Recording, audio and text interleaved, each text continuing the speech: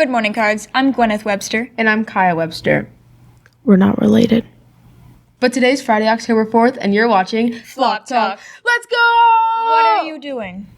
I'm doing my best Mr. Cox impression. Oh, it's a transition. Here's In the Spotlight with Mr. Cox. Coach Cox is a teacher at Thomas, where he has dedicated 33 years as a teacher and has served as the head coach of the women's cross-country team and the head coach of the women's track team. Known for his energetic personality and his commitment to motivating students, Coach Cox is more than just a coach and a teacher. He's a mentor and a role model to countless students, both in and out of the classroom. When you walk down the halls during the passing periods, you're likely to hear music blaring from his room. And if you ask anyone about it, the answer is always the same. Oh, that's just Mr. Cox.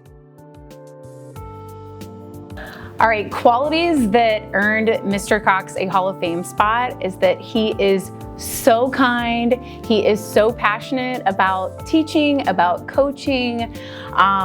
He is a role model for our students and for our department. He literally checks all of the boxes. He's all the things. Some things I admire about his teaching is he's very good at keeping a class engaged. You aren't ever just sitting there taking notes. Even if you are just sitting there taking notes, it's he finds ways to get you to think more and almost do hands-on stuff when you're taking the notes. When I finished first place in the open race my freshman year at the OCCs, he was so excited for me, and he was like, "What did you eat today? What did you eat for lunch?" It made me feel really good. The qualities that Mr. Cox has that earned him a Hall of Fame spot, I think it's twofold. I think he's an excellent teacher. He was my AP government teacher, and I distinctly remember that class and how much I learned. And I think he's one of the best cross-country coaches in the state and track coaches. He creates the best meet in the state, the Eisenhart, and he is just so good at what he does and cares so much about his runners. So I think both of those things together make him the perfect Hall of Fame candidate. A fond memory I have of Mr. Cox is getting us Olive Garden every overnight for indoor. When he was showing us Brother Tree, and I felt very spiritually connected. I guess a fond memory that I have of Mr. Cox is that, so we used to coach together, and he was just always the most patient, yet outgoing individual. So it was just always hilarious to be sitting with him in the stands. And anybody who runs track or cross country knows that if somebody is screaming arms, it is Coach Cox, and literally everybody can hear it in the entire stadium, and I love it. I love it. A word that I would use to describe Mr. Cox is enthusiastic. Everything he does, he is enthusiastic about, and he brings this level of energy, as you can hear him throughout the hallways, to whatever he does. Mr. Cox deserves to be in the spotlight because he's a really great teacher, and I feel he makes a lot of students feel more welcome at school and they belong, because he's just so outgoing and talkative. He deserves to be in the spotlight because of his outgoing personality. He makes everyone feel welcome. He's always able to put a smile on everyone's face he talks to. Wow, all that made me really hungry. I think I need a snack. Well, we're in the middle of filming right now, but you could always go to the Aviary when we're done. See, I would, but I went looking for it the other day, and it was gone. Aw, don't be sad. Lennon and Caleb have got you covered.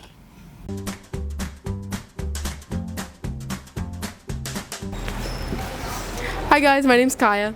And I'm Lyndon. Kaya, where are we? We're here in room 175. This is our new aviary. Oh, I didn't know that. Yeah, a lot of people don't. We're here to figure out more about the new aviary. Woo! Who am I here with? Blaze Sharp. Blaze, what's your favorite thing to get here? Ooh, our Little Bite party pack is very good. Very, very yummy.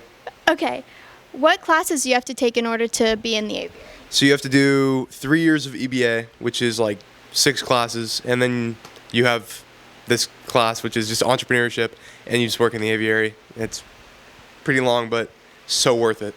Very worth it. Who are we here with? Reagan. What's your favorite thing to get here? Probably the Little Bites. Okay, nice. When is the aviary open? It's not open first period, and sometimes fifth period it is open, but otherwise it should be open. Who are we here with? Drea. What's your favorite thing to get here? Definitely the Starbucks Frappuccino. Oh, wow. Why should people want to do EBA? I like it because I feel like I've made a good amount of friends here, and like personal finance management was pretty fun too, so I feel like they teach you good skills.